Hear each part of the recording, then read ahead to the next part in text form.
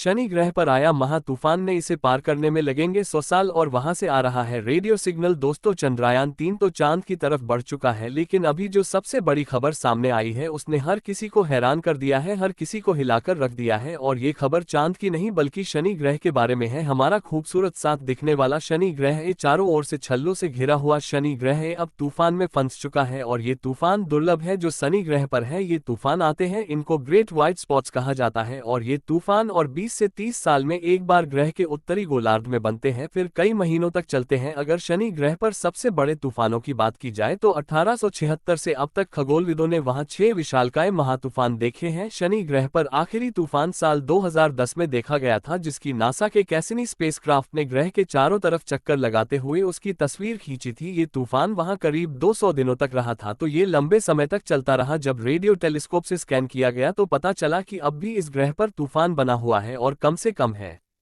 अगले 100 सालों तक ये शनि ग्रह के वायुमंडल पर दिखाई देगा। बात ये नहीं है कि शनि ग्रह पर तूफान आया है, बल्कि बात ये है कि अब जो तूफान शनि ग्रह पर आया है इससे रेडियो सिग्नल पैदा हो रहा है और वैज्ञानिक इसकी वजह ढूंढने में आज असमर्थ है। अब जो ये तूफान आया है जिसने शनि ग्रह एक रिंग के रूप में घेर लिया है, जिसकी वजह से वायुमंडल में एक केमिकल बदलाव हो रहे हैं, इसका असर आने वाले कई सदियों तक रहने वाला है। बाकी किसी जगह इसका असर हो ना हो, लेकिन शनि ग्रह पर इसका असर आगे काफी साल तक दिखाई देगा। हो सकता है कि शनि ग्रह के चंद्रमा पर भी इसका असर दिखाई दे, जो चंद्रमा बेजान पड़े हैं हो सकता है और उनमें कोई ये हलचल शुरू हो जाए। हाल ही में इस बारे में एक स्टडी सामने आई है और जिसमें कहा गया है कि बृहस्पति की तुलना में शनि ग्रह का वायुमंडल धुंधला और बिना किसी फीचर का है, जबकि बृहस्पति का वायुमंडल है ज्यादा रंगीन और वाइब्रेंट है। बात करें अगर शनि ग्रह की, तो उसको जो ऊपरी वायुमंडल है बहुत ज्यादा धुंधला है। जब न्यू मैक्सिको में लगे वेरी लार्ज टेलीस्कोप से शनि ग्रह की स्टडी की कहिए तो पिछले सभी 6 माह तूफान के अवशेष मिले, जिसमें सबसे पहला तूफान है शनि ग्रह पर 130 साल पहले आया था। आपको जानकर हैरानी होगी कि उसका असर आप तक शनि ग्रह के वायुमंडल में देखने को मिलता है। जो ये शनि ग्रह है दोस्तों, ये इसके वायुमंडल में ऊपरी बादल अमोनिया की बर्फ से बने हैं। जब इनकी रेडियो जांच की गई तब पाया गया कि तूफान वाले इलाके में अमोनिया की मात्रा ग्रह के अन्य हिस्सों से कम है, यानी जैसे ही तूफान खत्म होता है, जब तूफान यहाँ होता है तो वायुमंडल में अमोनिया की मात्रा कम हो जाती है। शनि ग्रह की ग्रेट व्हाइट स्पॉट्स की तुलना में बृहस्पति ग्रह पर उससे भी बड़ा रेड स्पॉट है और ये लगातार बढ़ता जा रहा है।